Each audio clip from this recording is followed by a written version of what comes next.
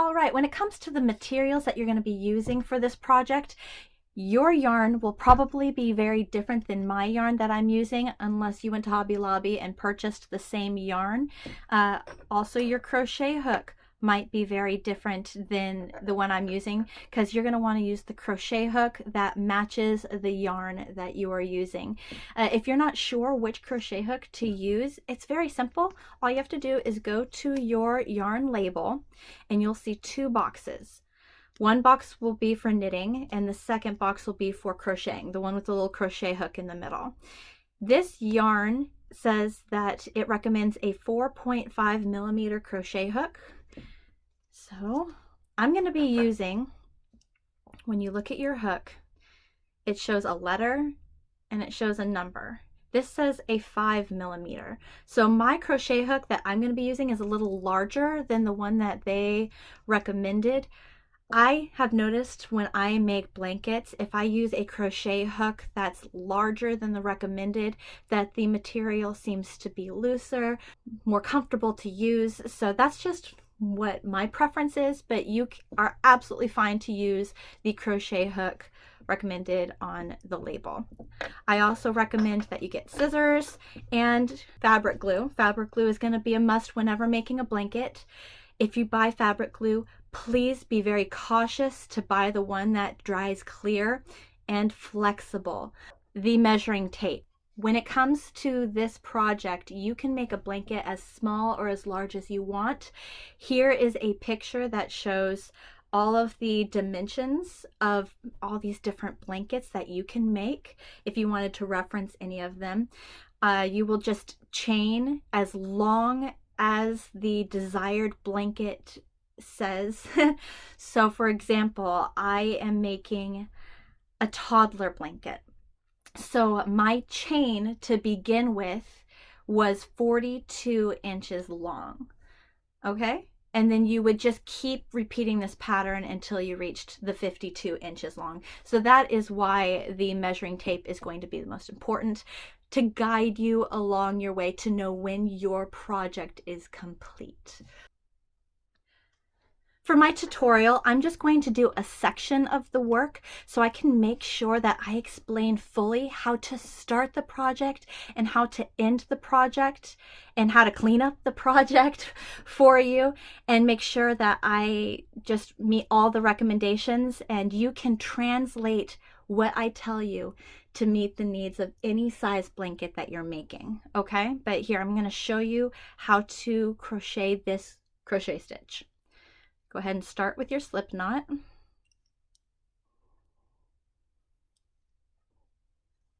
Perfect.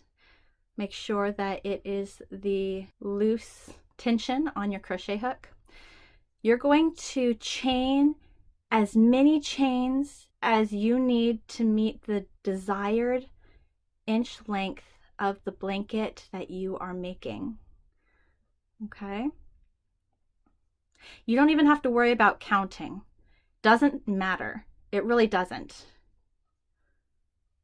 You're just going to keep going until you measure out however many inches that you need.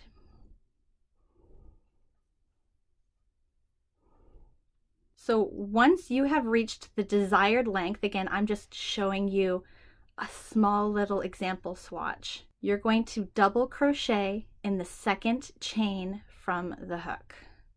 So yarn over, 1, 2. So we're gonna go ahead and insert your crochet hook into that second chain.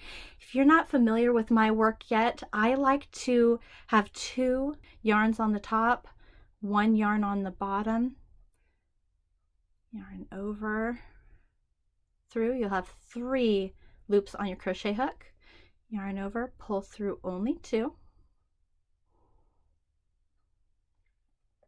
Then yarn over and pull through the last 2. Fabulous. You're going to double crochet in every chain across. So I can't tell you how many that is because I don't know how many you made, but go ahead and put a double crochet in every chain across and I will meet you at the end. Sound good? Cool. I'll see you in just a second.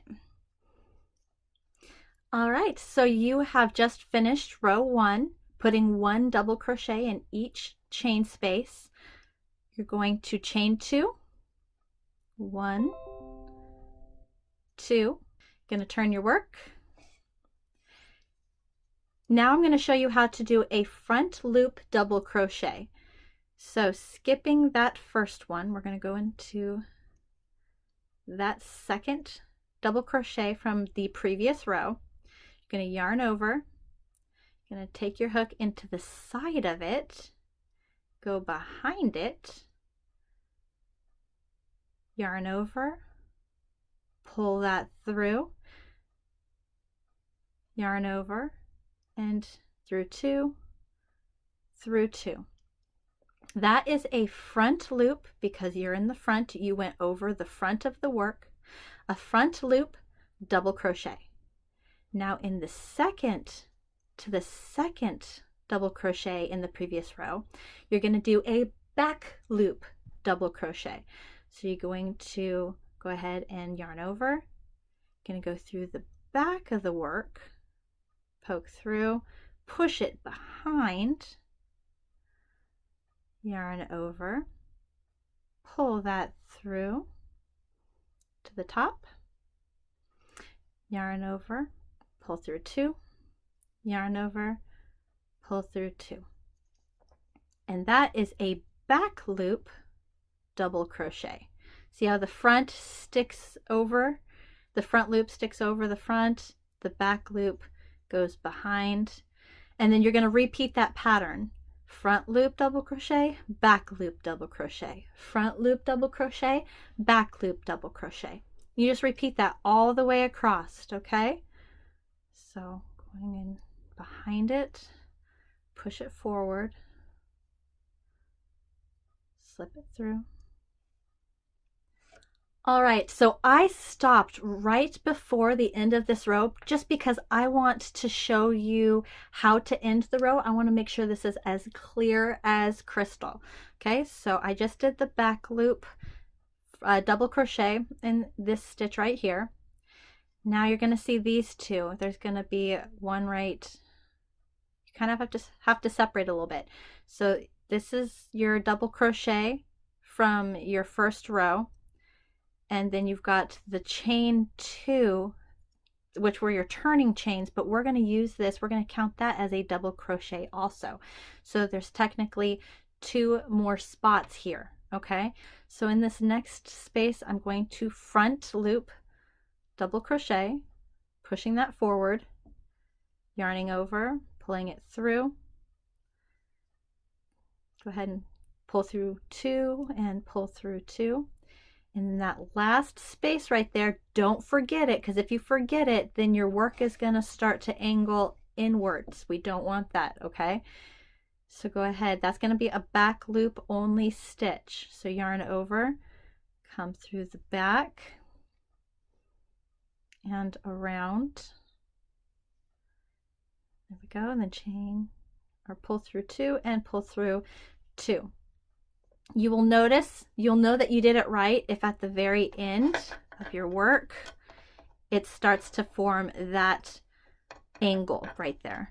It took that form of a perfect corner. So you'll chain 2. If you're also curious how you're going to do this, you can always count those first few stitches. You turn your work. We are now ready for row 3. Wherever you see a stitch, you want to do the exact opposite. So this one now shows as being a back loop. So I want to do the opposite. I want to do a front loop to pop it forward. Okay. And chain 2. Okay. This one pops forward as a front, so I want to do the opposite and do a back. It's going to take on, or it's going to create this weave type look where it went front and then back. So this next one was a back, so I want to do the opposite and pop it forward for a front.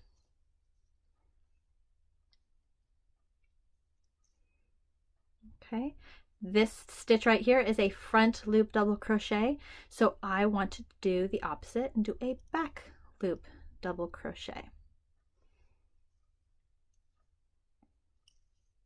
So with every stitch, you shouldn't need to count.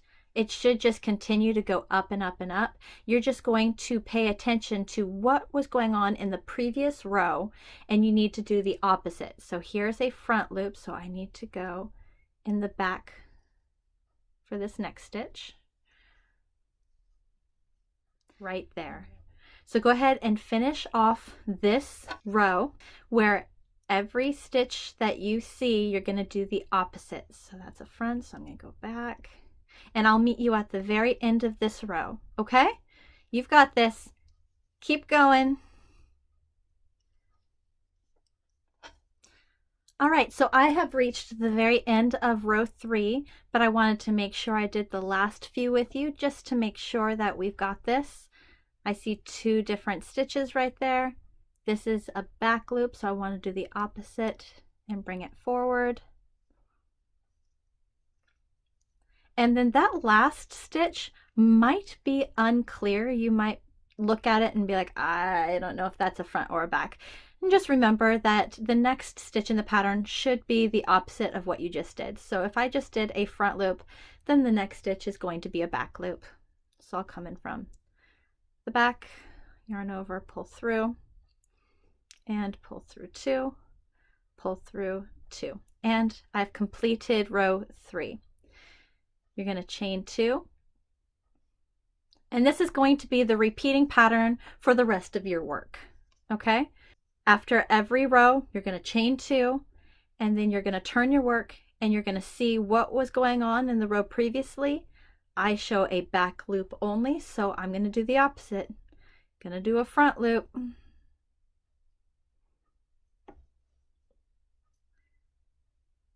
Okay?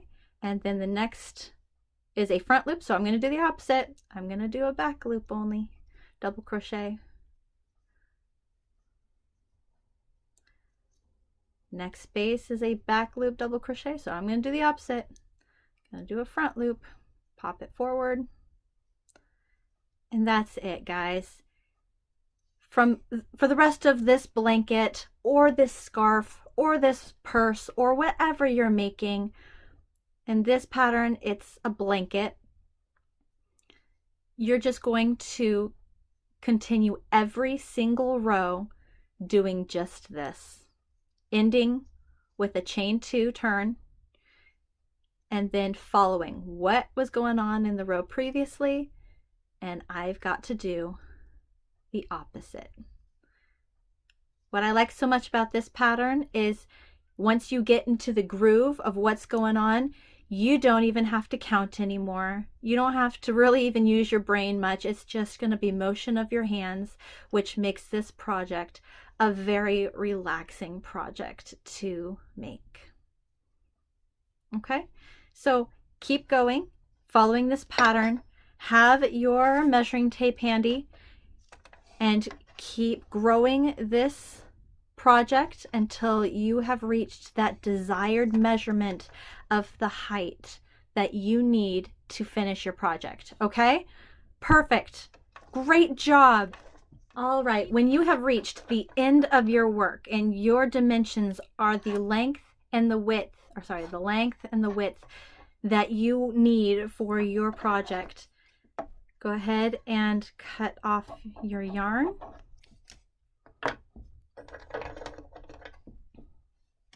And yarn over and pull through that last loop on your crochet hook and pull it tight.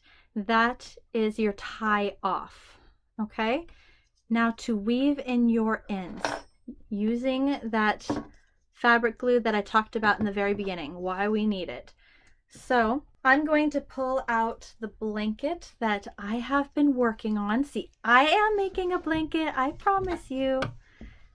Right here, making this blanket with that same pattern that I just showed you how to make. Look how gorgeous that is. Isn't it pretty? Oh, I just love this pattern. Okay, when you reach a point where you have finished your yarn skein and you have to reattach another yarn skein, your work will end up looking like this. It'll just pop out. We want to weave in our ends, okay? So grabbing your crochet hook, coming in from the bottom of the work, we're just gonna weave, okay? So first I'll pull through this side, pull it through. Okay, I'm gonna kind of put my finger here where it came through, and I am going to come in from the other side, pull it through that way, go back underneath, and keeping it in line, especially with the same color palette, that way it matches and just kind of disappears. Cool. Great. I'm going to stop right there. Okay, I'm going to grab my scissors and I'm going to cut off any excess remaining yarn right there. Cut that a little bit off. Put that off to the side. Grab my clear or dries clear and flexible glue, and this little bit that's sticking out, I'm just going to put the smallest little bit of glue on there, okay? And I'm going to lay it flat. So coming from behind, just kind of pat it down, pinch it so it kind of looks like it just disappears. It camouflages into the row beneath it. And then it won't go anywhere. This fabric glue is permanent. It's flexible, it's clear, so when you wash this blanket, that glue is not going anywhere. It's not going to come off, and it will be moldable. I have made blankets for family members in the past, and the little tail part would come unwoven because I would weave it in, be like, oh great, I just weaved in my ends. That's all I need to do to finish the project. But then my family member would wash the blanket and these ends would come out, and then my family would freak out and they'd be like, oh no, is the blanket coming undone? Oh no, what's happening? And I'd be like, oh no, it's okay. It's just the ends where I tied my two skeins together. But case in point, if you don't glue down that end that you just wove into your project, it's gonna pop back out again, and it's going to just be something that people now stare at, and they're like, they might even do something as drastic as, oh, I need to cut that short, and then they'll cut it off right at the knot. And we all know that when you do that, the work eventually just unravels and comes apart, which is tragic. So, trick that I've learned: if you use the fabric glue, these ends stay put, they stay hidden, don't come out in the wash, and your project stays looking fantastic for as long as this blanket's life is. Okay, so that's why I use the fabric glue. Perfect.